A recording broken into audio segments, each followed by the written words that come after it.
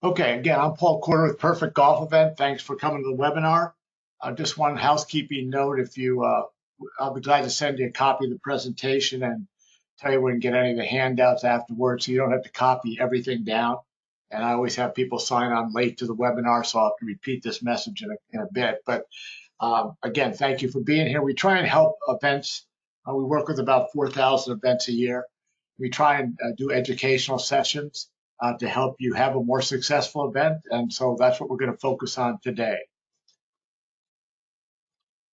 We did a survey recently. We reached out to people we've worked with over the number of years. So we did a survey of about 13,000 active fundraising golf event organizers. And the purpose of the survey was to identify things that they considered what we call pain points. What were things that were causing them angst in terms of planning a golf event? And if you've been to any of my private webinars, you know I always say if you're been asked to do a golf event, congratulations and condolences, because there's lots of work that goes into it. People don't understand, I don't think, that what goes into planning a successful golf event. If you're the organizer, you certainly do. So today, we're going to address those pain points. This is kind of a rapid, since there's 20 pain points, we have a kind of rapid fire. But I'm going to give you some ways you can watch full webinars on certain subjects and download the handout. So stay tuned because we're going to go kind of quick, and hopefully you'll get some ideas. Now, there are some things, if you've been at prior webinars, there's a couple of things we've included in all of my webinars. So be patient because I've got some new content as well. So let's talk about when you get started for an event. A lot of people call and say, how do I get started planning my golf event? Well, first thing you do is get your resources together. And that includes making sure you've got a strong message. I'll talk about that in a minute. Having a good committee. You've always got to have a database to get started.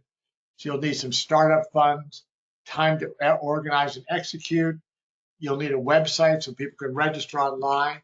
And you're going to need a marketing plan. So even before you can start planning a golf event, you've got to make sure you've got the resources in place to make it successful.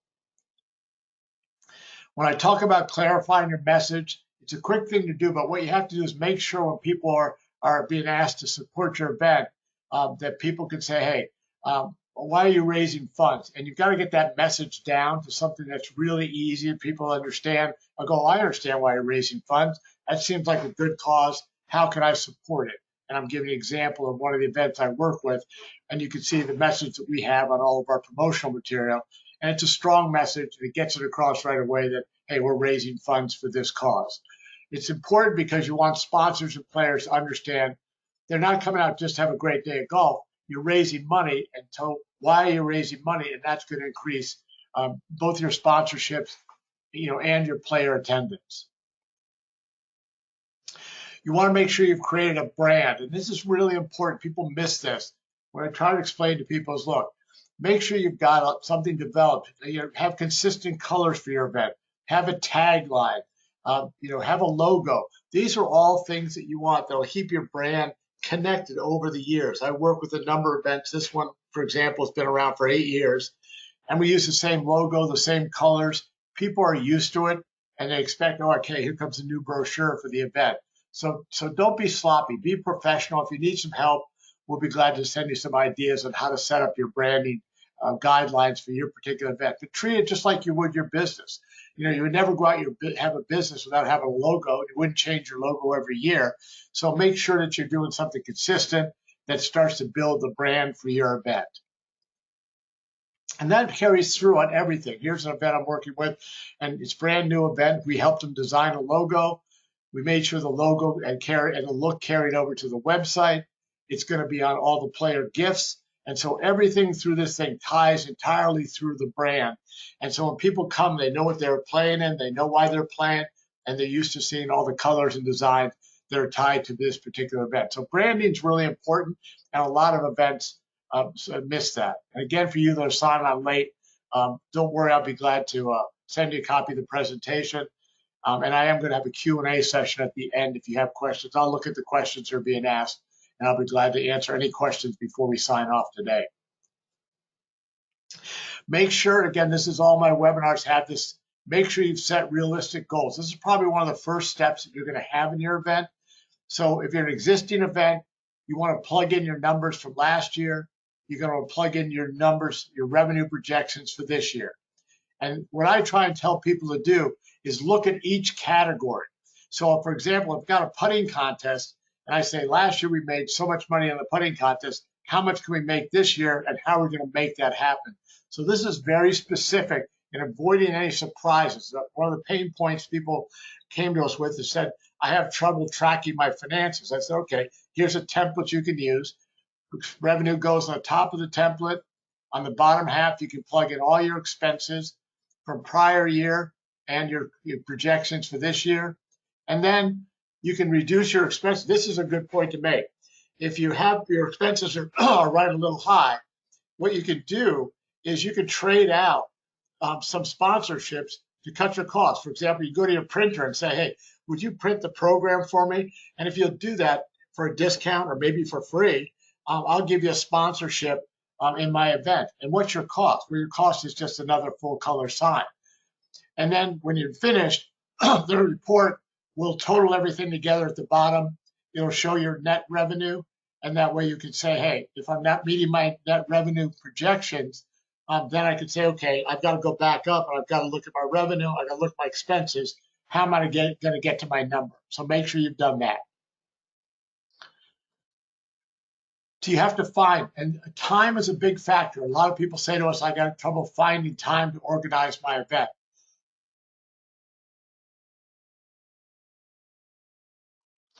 Remember, every hour you've spent planning the event is time you could spend finding players and sponsors. You've got to find ways to plan and delegate to make sure other people are helping you with the event. And then all of you can spend the extra time by sharing their responsibilities to be going out and finding the players and sponsors.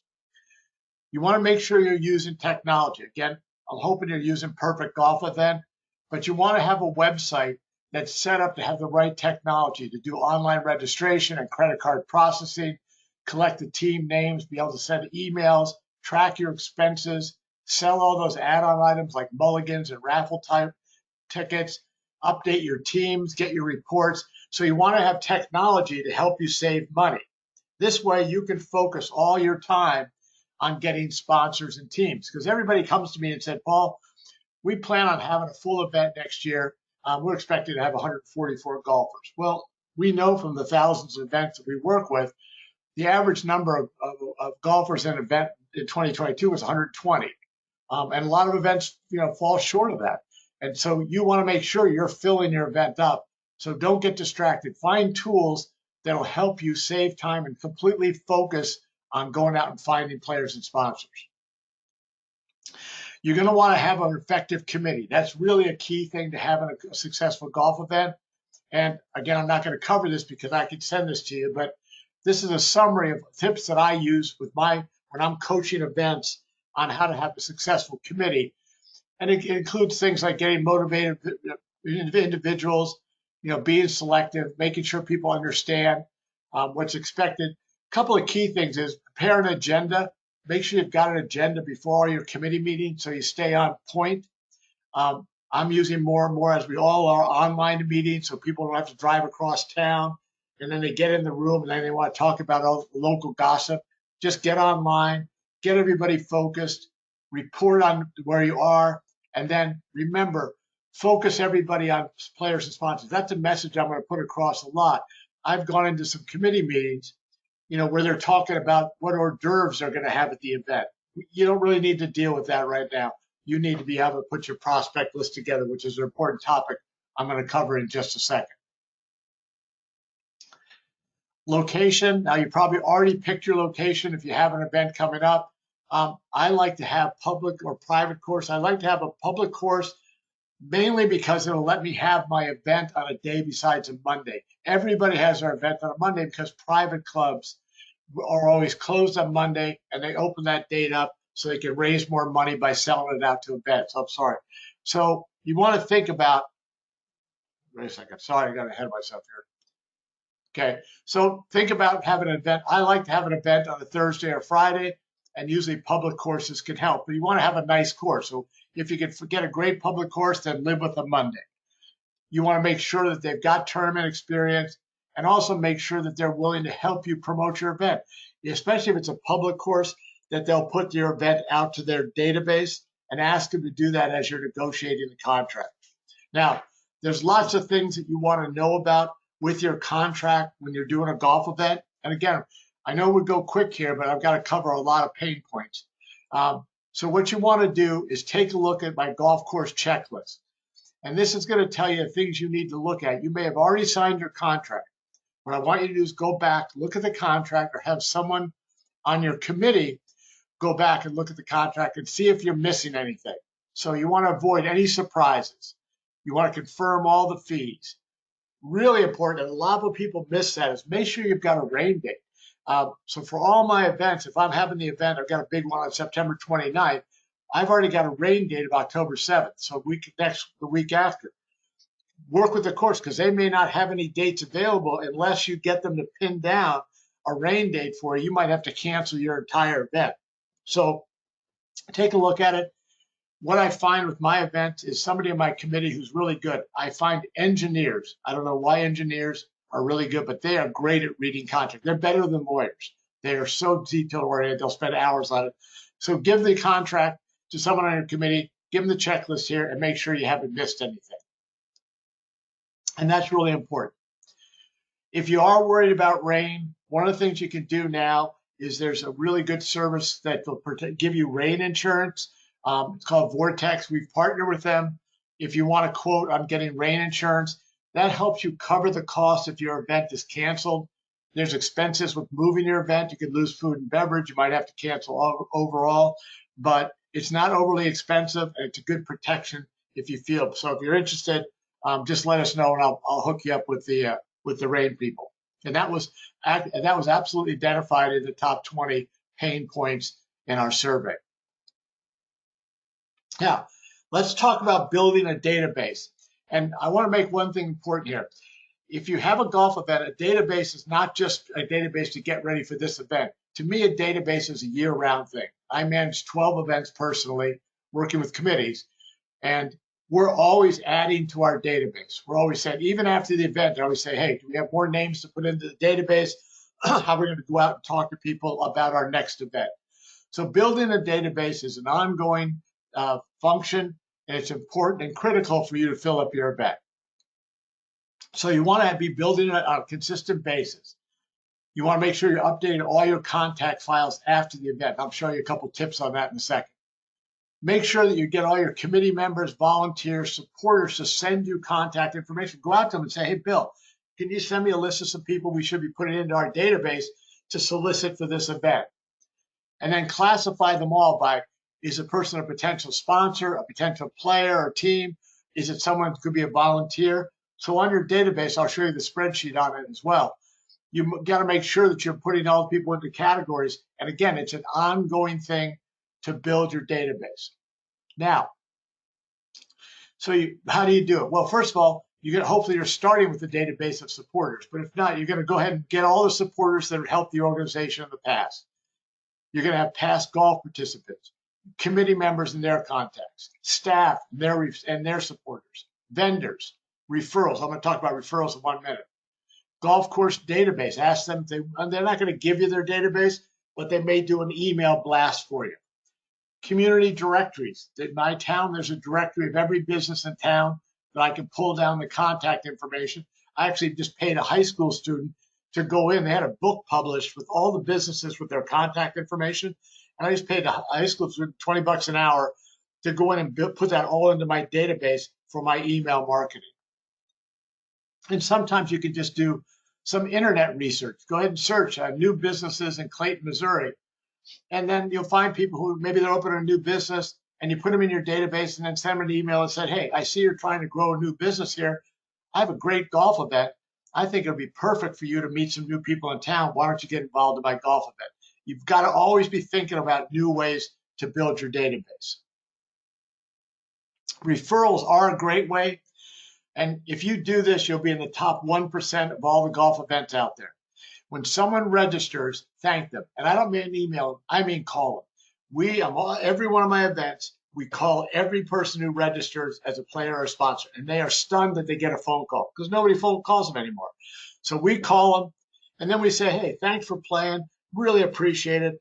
Do you have anybody else that might be interested that could be coming to our event? And they're so excited to get a call thanking them that they'll give me referrals. And then I ask them also to put out the fact that they're playing in the event on their social media site. So again, what you're thinking here is, can I just ask for referrals? And again, if you do this, you're so far ahead of the other events that are out there. Because I would tell you, out of 100 events, 2 events call people. Two out of 100. So why don't you make it 3 out of 100 and have a more successful event? I use LinkedIn, and LinkedIn's, there is Twitter and Facebook and Instagram, but business to business, LinkedIn is the most popular, and people want it. I don't know about you, I've got 800 contacts on LinkedIn. I don't know, I can't name all of them, but when I'm going to participate in an event, I put it up there that I'm going to be going to a particular event, whatever it is. And so when someone's on Jonas Hunters event, ask them if they're on LinkedIn and say, hey, would you mind posting it that you're going to be participating in my event, and put a link to my website on that post. Because a lot of people want to meet other people on LinkedIn. And if they see they're playing in a golf event, they might say, you know what? I think I'm going to go to that golf event. This person I've been trying to meet and get their business for a long time is going to be there. And I'm sure there's similar people going to be there as well. So LinkedIn's a pretty powerful tool. A lot of events don't use it. Now, you're going to want to put everything onto a database. We're glad to get you this spreadsheet. And basically, for my events, we put everything on a spreadsheet where we have company or individual, what we're trying to get them to be, their contact, email, and phone. What's the status? Are they waiting? Have they made a decision? Have they already registered? Who's in charge of keeping them contact? Their follow-up, making sure they're still in the event. And then, are there any other notes? For example, do I need their logo or do I have their mailing address? So you want to track all your database. Now, you might have your own CRM that's much more sophisticated. I just still use Excel because I can import it into my email tools and get out to people quickly. But whatever it is, make sure you've got an automated way put up on Google Drive so that people can, or Docs, so people can add to it. So be sure you're building that database as you go along. And I'm going to give you 2 quick tips. And these are things you might want to do, but I do them for my events. I've been doing events for 16 years, so maybe some of the things I do have some merit. But when I go to my golf events, I find out there's a lot of guests there and I don't have their information. So I do a couple of things that I do. One is I have a form that they fill out when they get to registration. And I ask them, how do you want to get the photos from the event? So I said, hey, how do you want to get your photos? Do you want them emailed to you or do you want them mailed to you? And then they fill this out. And all I'm trying to do really is get their contact information. I will send them the photos, but I just want their information so I can put it into the database. And I offer it off. I make actually a drawing as part of it. I say, hey, we're going to draw one name from this forms, and they're going to get a year's supply of golf balls, which is 12 dozen golf balls. It's worth it to get the contacts. For my events that I managed last year, again, I personally managed 12, 100% participation. Every person filled it out. They wanted to get the golf balls. They wanted to get their photos. And then I was able to add that to the database. What a great way to just keep building your database of people. Also, I will sometimes do a drawing and I bring this out to the event. This is really a cool thing. It's a short golf bag that's used for umbrellas, or it could be a trash can or just to collect old golf balls. For my office, I have my used golf balls in there. But I have it at registration. I ask them to put their business cards in there. And then I say, at the end, we're going to draw one business card, and they're going to get this event caddy, it's called. It's perfect for your home or office. And then I've got their business cards, and I can put them into my database. I mean, all you're trying to do is get more people into your database. And what a fun way with low obligation to do it. Just a couple of ideas, to help you keep collecting contact information. Now, I do full webinars on how to sell sponsorships, but I'm going to give you a couple of tips because it's a hot topic. Remember, sponsors generate 75% of the net revenue from a fundraising golf event. So if you're having a golf event, 75% of your net revenue is going to come. It's not going to come 25% from the players, but 75% from the sponsors. Your challenge, you got to set up the right sponsorship packages. You have to identify sponsors, and you have to sell sponsorships. critical to your event. One of the things I tell organizers is make sure that you've got lots of sponsorship offered. Most events don't. When I look at the website, I'll see that they have a title sponsor, a lunch sponsor, a tea sponsor, maybe a long drive sponsor. But there's so many more opportunities for sponsorships. Now, you don't sell them all, but you got to give people a wide range of sponsorships because then they'll support your event. And remember, revenue comes from sponsorships. So you want to add sizzle too. So when you're putting your sponsors out there, I'll give you my examples in a second. Make sure that you tell them what are they going to get prior to the event. Are they going to get their logo on the website, their name in the press release? Are they going to be on social media? What about at the event? What are they going to get at the event? So why should they be giving you sponsorship money? What are you giving them? And then afterwards, like for my major sponsors, I'll let them send one email out to the list of players. I monitor, I send the email out, but I let them do that as a follow-up, inviting people into their business or service. So you got to load together your benefits. So attract sponsors with more than a banner. And so, for example, when I have a title sponsor, I load in a bunch of stuff that title sponsor is going to get. And I ask all my organizers, go back and look at your sponsorship packages and make sure you've loaded in a bunch of things. Remember, look at the things I've got. Reserve parking, reserve seating, tee off on hole number 1, fund cover the program.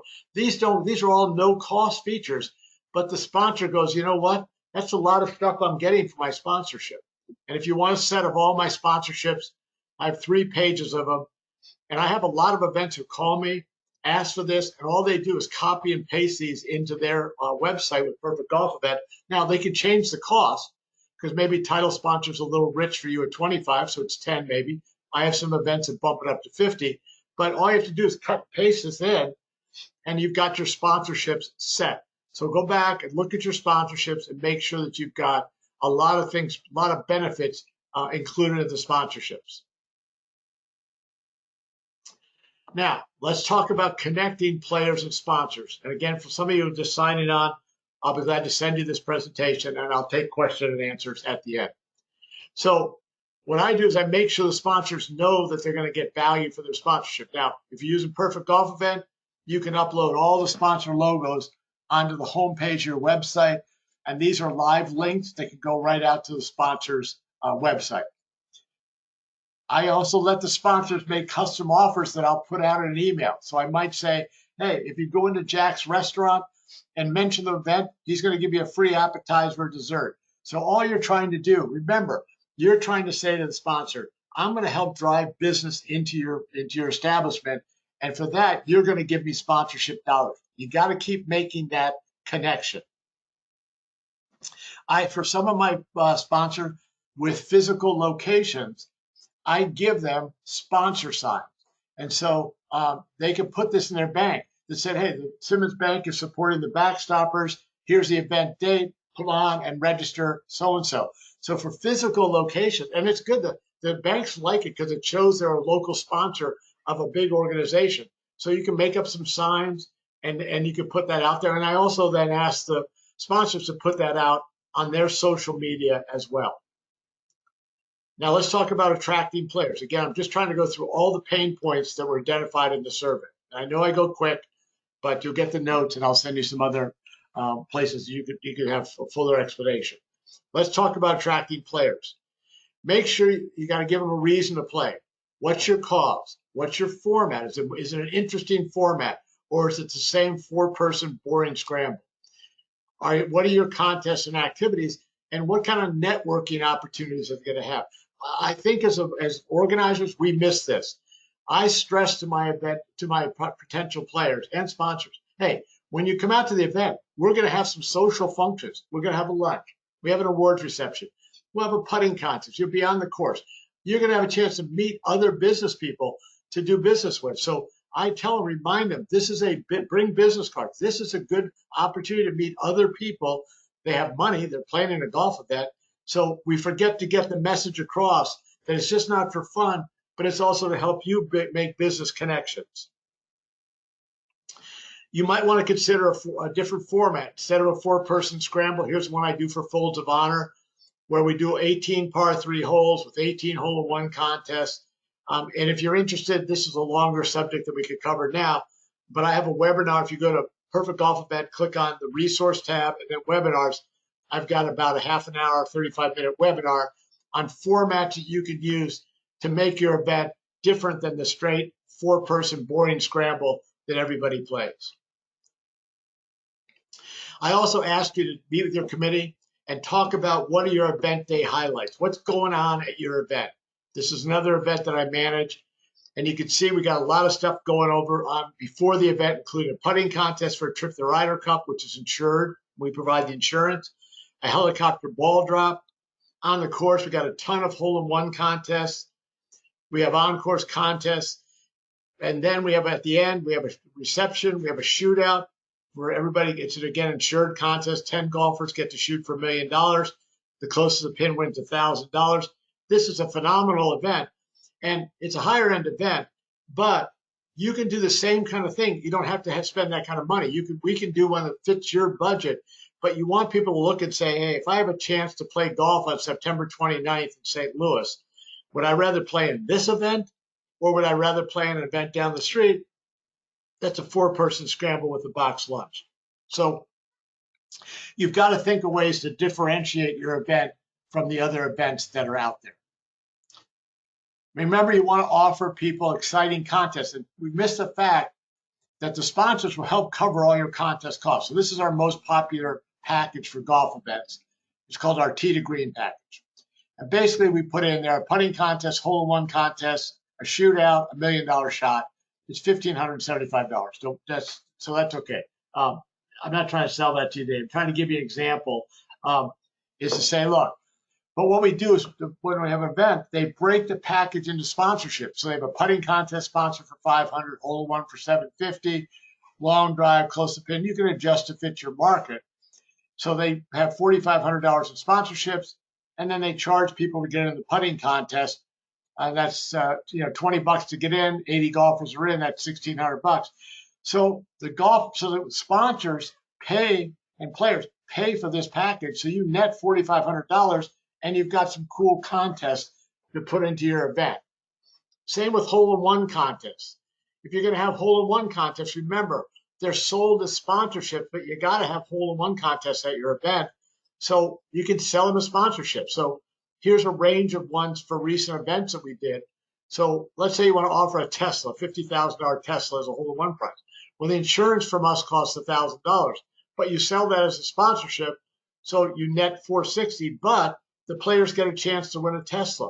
Or you can do a Ryder Cup to Rome or golf trip to South to St. Andrews or a Walt Disney vacation. It's a lot less expensive. But you want to remember that sponsors will cover these costs. They get recognition and the players have fun. And you can go out to your event and you can say, hey, come on out. You could have a chance to win a Tesla with a hole-in-one. And again, here's a list of last year. Anything we can put a value on, we can insure. So last year, these are types of hole-in-one contests we did, for anywhere from a Vail ski vacation, trip to Italy, South African golf safari, Pebble Beach, motorcycles, anything you want to do, we can insure. And then that gives you some fun things to have for your event. And if you're really interested, this one takes a little while to explain, so you have to follow up with me. I'll explain it to you. But this is what I do at some of my events. We started doing it last year. What I say to the golfer says, look, in your registration, I'm going to include all this for you. You're going to get golf, breakfast, lunch, player gift, hole-in-one contest, including a $10,000 prize, etc. So that's all included. And you can just come on, play, no extra charge. But if you want to have a better chance for hole-in-one contest, give me $100. And if you get a hole-in-one where normally the bonus, because most hole-in-one contests, you have a main prize of $10,000. Then you have some bonus prizes in case someone makes a hole-in-one on another par 3 hole. But it might only be a $500 gift card. But if they pay for the super ticket, they get tickets to the Masters with that hole-in-one, which are worth $12,000. So for $100, they're betting on themselves to get upgraded hole-in-one contests. Now, they don't have to do it, so you're not pressuring them. But what's funny is last year, 90% of my org golfers purchased it. And that covered the extra cost for the hole-in-one contest. We raised more money, golfers had more fun saying, hey, I could win a tip to the Masters or the Super Bowl or the Pebble Beach. So if you need more explanation on this, I'll give it to you. I'll be glad to cover that with you. When you're putting together your player packages, remember, you do want to list all the reasons to play. Golf with a cart, food and beverage. Again, back to what contest you're going to give them. What's the format? How exciting is it? And then make sure that you have it. I'll talk about this too as well. Make sure you have a separate division for women. I'll cover this in more detail in just a second.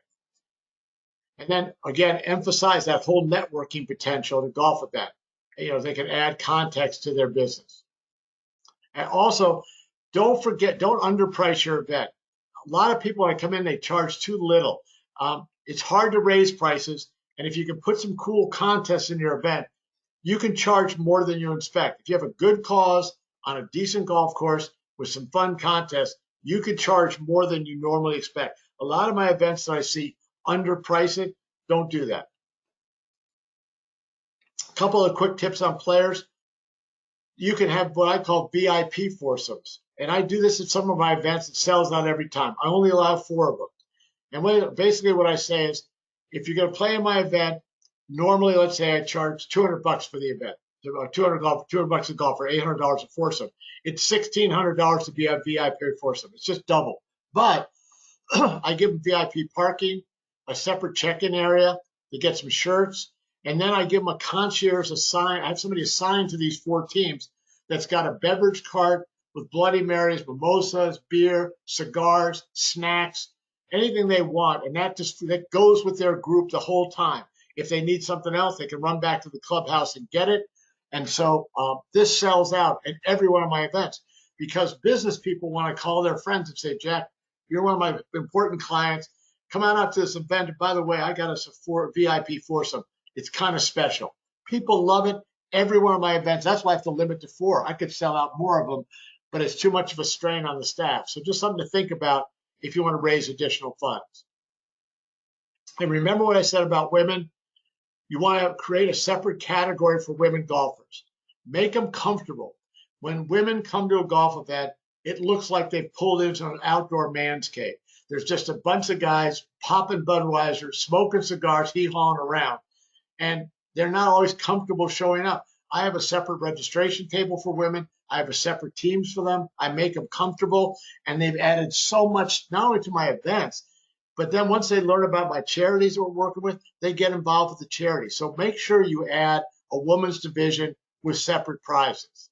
It's going to increase both your event participation and your revenue. So just do it. Don't ask any questions. Do it, and you'll find out it's really successful. Now, marketing is a big subject for everybody. They ask me how to market an event without spending a ton of money. And I never advocate spending a lot of money. You want money to go to the bottom line, so you got to figure out how to be a smart marketer. So if you're going to do it, there's 10 keys. You got to clarify your message, establish your brand, set up your website, develop a flyer, I'll show you examples, build your database, schedule your email campaigns, create social media images, generate a press release, collect testimonials, track everything on a marketing calendar. And so you want to have professional marketing materials. This is a flyer I just did for another event, and all you're trying to do is drive traffic to the website. Here's what we're having. Here's why we're having it. Go to the website to learn more. You want to make sure that you've got a QR code on your flyer materials. So somebody wants to get to the website. Everybody's getting used to QR codes. You saw them all over the Super Bowl ads yesterday. Just add a QR code to the flyer so people can go ahead. So these are just some nice flyers we've just done for events. So I like having a great website and then flyer that you can use as a PDF. You don't have to even print it. I just send it out as a PDF to people so they know about the event. And I say, hey, to learn more, go to the website and register. You want to do social media. And if you're using Perfect Golf Event, if you're an Eagle or Ace package, we'll do these media images for you. And you can remember, Facebook, Twitter, and Instagram all have different size requirements. And again, all you're trying to do is post these on social media with a link to the website. And then you want to get these out to your committee members, supporters, volunteers, so they'll post it on their social media account. That spreads the word geometrically, that's a correct way to think of it, out to a bunch of people. So that doesn't cost you anything. You get some images, send it out to people, have them put it on their social media, and you're marketing your event without spending tons of money. Do a press kit. Somebody in your organization will help you with this. Somebody can certainly write a press release. And then I have a press kit for all my events. And the reason I do it is the press isn't going to pick up the story, just so you know that. But it makes your event seem more professional. So I have a press kit with the brochure, an intro letter, fact sheet, etc. And then when I'm selling sponsorships, I say to them, hey, let me tell you a little bit about the event, especially when you're calling something for like a title sponsor or a big sponsorship. I said, here's a copy of here's our press kit. I can't tell you how many times sponsors have said to me, you have a press kit? What kind of event is this? I say it's a professional event, and you ought to be there because you're going to raise a lot of money and you're going to make a lot of business contact.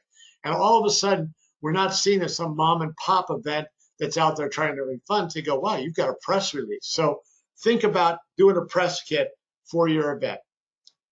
Now, when you're doing the marketing, it's important, put everything on a marketing calendar. You can download this template on our website as well, but you want to have this calendar so it allows you and your committee to look at where you're doing things and look for any gaps in the activity. Make sure you've got, every month you've got something going up into your event. And remember, you should have on here, every month should have add to the database. And if you want my checklist on marketing, be glad to send it to you. I put a one-pager together, again, with some tips on how to market your event. Again, I know we're going quick, but I'm trying to cover as many pain points as I can.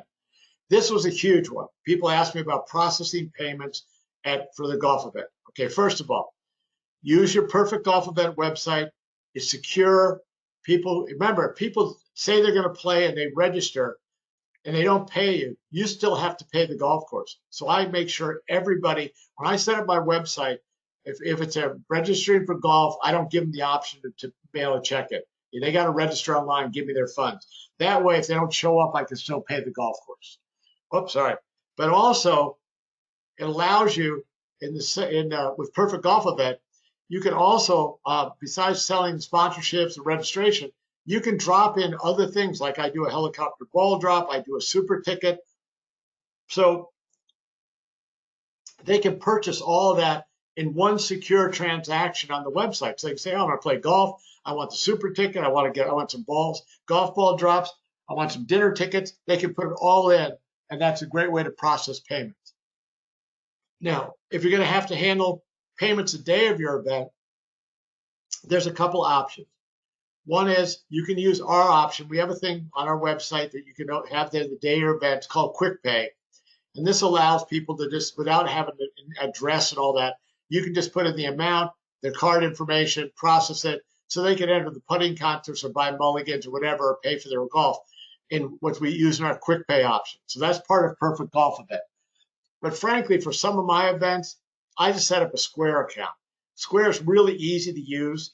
You can set up an account for free. You can link it to your bank. You can preload the items. So you can say mulligans, $20, whatever it's going to be. And then you can just have it on people's iPhones, iPads. So I can have my volunteers selling them, and then they can just swipe it, and it goes right to your bank. So really whether you use our system or not, or use the a Square account, you just want to have a fast way to process payments. Because I tell you what, you don't want the day of your event. Very important. You don't want long lines. That kills an event.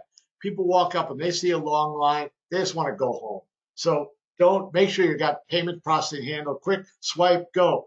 And that's how to do it. Either use Quick Pay option or use Square, or you can use both. And also remember, if you're going to do transactions, do it on a super ticket. What I mean by that is, this is a super ticket I do for one of my events, $100. They get into the putting contest, chipping contest, the ball drop. We have a raffle called Golf Surprise. They get 2 mulligans, discount on the pro shop, and we're going to draw one name to take $1 million shot. Well, what's perfect about this is, have you ever been to an event where you walk up to the registration table, and there you go. It's like going to a buffet. Okay, I go to the registration table and I pay, get my stuff. No, next table, move over. Here's the salad bar. This is where I buy my mulligans. Here's the meat bar. This is where I buy my raffle tickets. Next one, dessert bar. This is where I buy my putting contest. Nothing kills an event more than setting up a buffet line where they got to go buy $20 here, $10 here, $20 here. Sell it all as one super ticket in one transaction. And I don't care. We can modify the super ticket. I have some people who have a $25 super ticket. I have some who have a $200 super ticket. We can customize super tickets if you're using our products, and it makes it easy for your event. So just avoid long lines. That's one pain you can easily get rid of. Okay, another pain point came up. People asked me about raffle tickets, and it's going to be sourcing auction and raffle items. So first of all, if you want to consider adding an online auction, it's great. We have one. We have a consignment brochure. I just did an auction for an event. It was 8-week auction. We closed it a week after the event, and I added donated items from the supporters for the event. I had some consignment items that Perfect Golf Event had that we only paid for them if they sold at a profit. The auction revenue was $49,000. The consignment items that we had to buy that were base cost was $12,000. So we had a net revenue of $37,000 from the auction because we had donated items and consignment items. We had 72 bidders. Not everybody won, they just bid. But nice, we collected all that information. So all 72 went into my database for future events. So it's easy to set up an online auction, and it's easy to sort product. If you focus on it, just go ahead and see. You can get items for your event from committee members, supporters, volunteers, sponsors, local merchants. The golf course may donate some foursomes. Local sports teams may give you some box seats or some tickets to a concert. Corporations have seats to all the sporting events that they don't always use. You might have celebrities in your area that don't memorabilia. So you can source items, and then you can easily put it into an auction. You can use Perfect Silent. Our Perfect Silent Auction is an easy online auction tool that allows you to upload auctions quickly. They can do online bidding. They can pay online, issues tax receipts, whatever. So if you haven't done an auction, it's a great way to raise additional funds. A lot of people asked us about that on the survey. People also asked about player gifts and awards. Again, if you're going to do player gifts, remember, do quality. Don't do junky ones. Don't do this, like one of those little fiber, whatever it is, styrofoam can cooler, something that's junky they're going to throw. And my trunk is full of so much junk from events that I never even use, along with Ritz crackers. So do something quality. And remember, sponsors will pay for the player gifts. So you can see samples here where the sponsor logos go on what's on the player gifts. And you can do player gifts where you can even have multiple logos. So you could have the one sponsor's logo on the golf ball, another sponsor's logo on the poker chip. And so that covers your cost. But do a nice player gift. You don't have to spend a lot of money. There's a tons of player gifts under $25. But don't do something chintzy. Just do something at least nice that they're going to remember and reflects the quality of your event.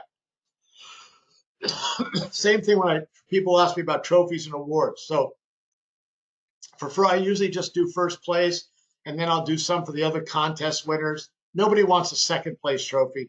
They're not going to put a second place trophy in their mantle to say I finished, I was the first runner up.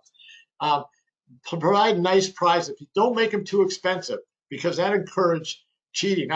I did an event last fall, and a gentleman ran over to me and he said, I think that team is cheating over there.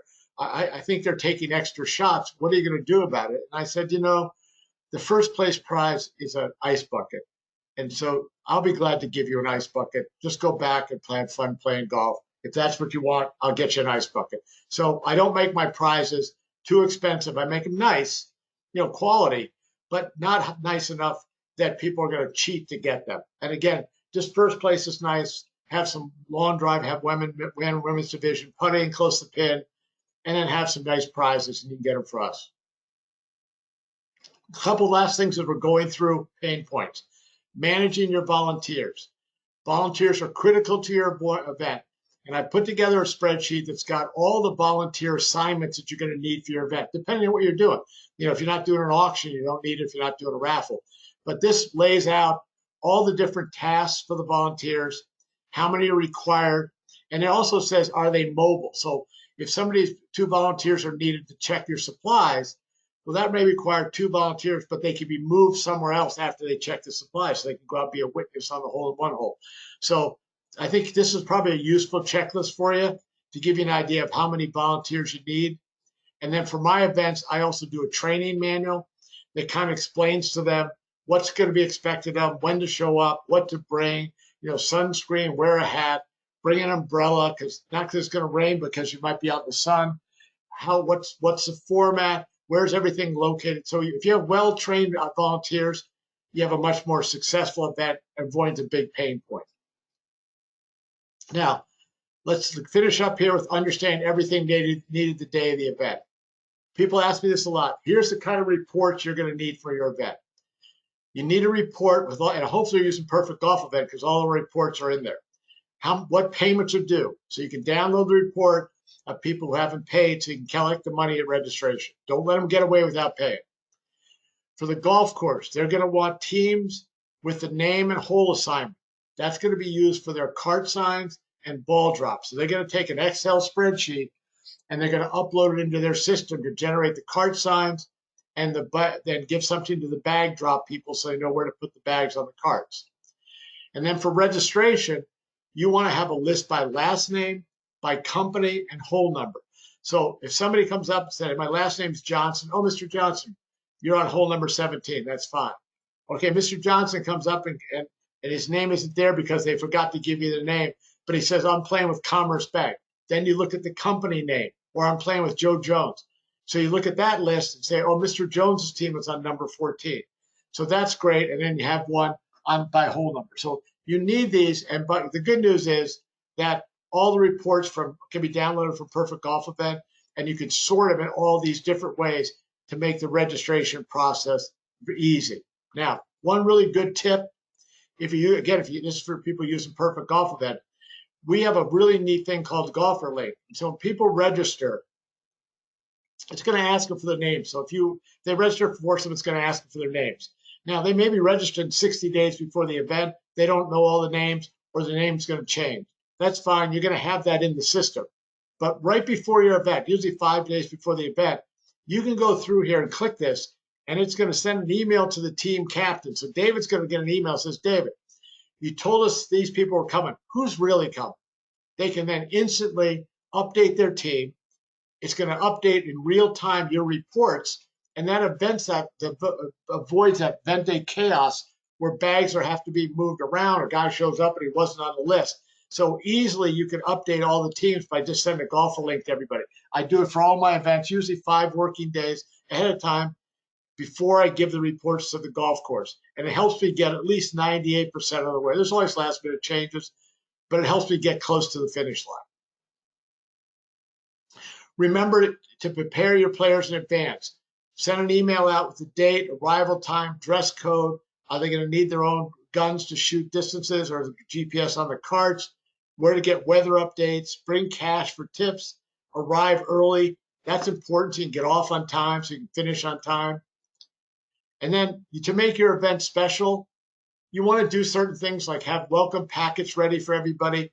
I do this. If you do this, you're in the top 0.5% of everybody. I have radios. We can use cell phones too now, but I have 2-way radios at my events.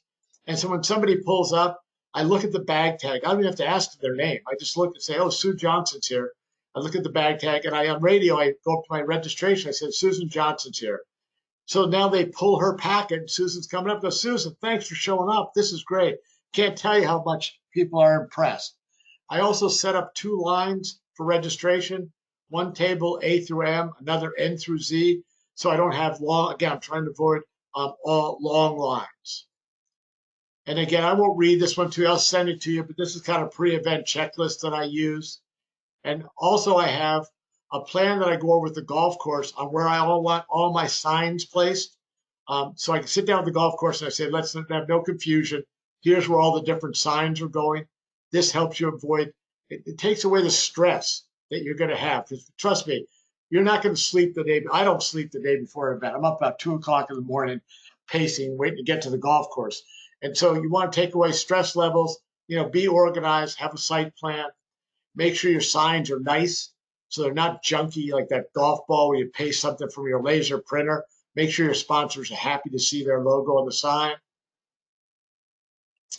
And then I've got a webinar set up for you, and it's a full webinar on the 32 steps with all of my checklists. You can just go to Perfect Golf Event, click on resources/webinars, and it's probably going to be excruciating for you, but it covers everything that I do in my golf events, every checklist that I use to make sure that I have no surprises and I execute the event well. Last part here is building momentum for next year. Remember, when you're at your event, I have my event set up already. So my event is on September 29th. While I'm at the event, I already have my date for 2024, and I set up my website for 2024, and I tell people at the event, hey, thanks for playing.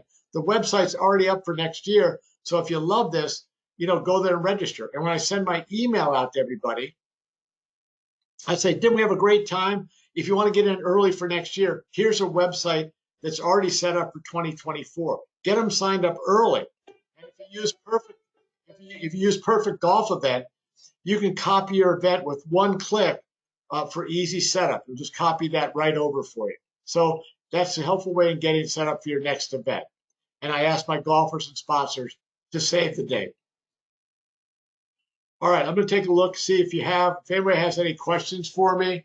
If there's anything you need to know, let me know. If not, what I'm going to do is people are asking to get the presentation signed up late. So if you want to copy the presentation, then just go ahead and email me, Paul at Perfect Golf Event, or you can email support at Perfect Golf Event. I'll be glad to send it. If you have any questions, I do a lot of calls with events. I have 2 committee meetings. I'm on Zoom calls tomorrow in different states and just want to talk through their event and how to be more successful. Always glad to help you have a more successful event. So listen, thank you very much for listening. I really appreciate it. And if there's any way we can help, let us know and have a great event.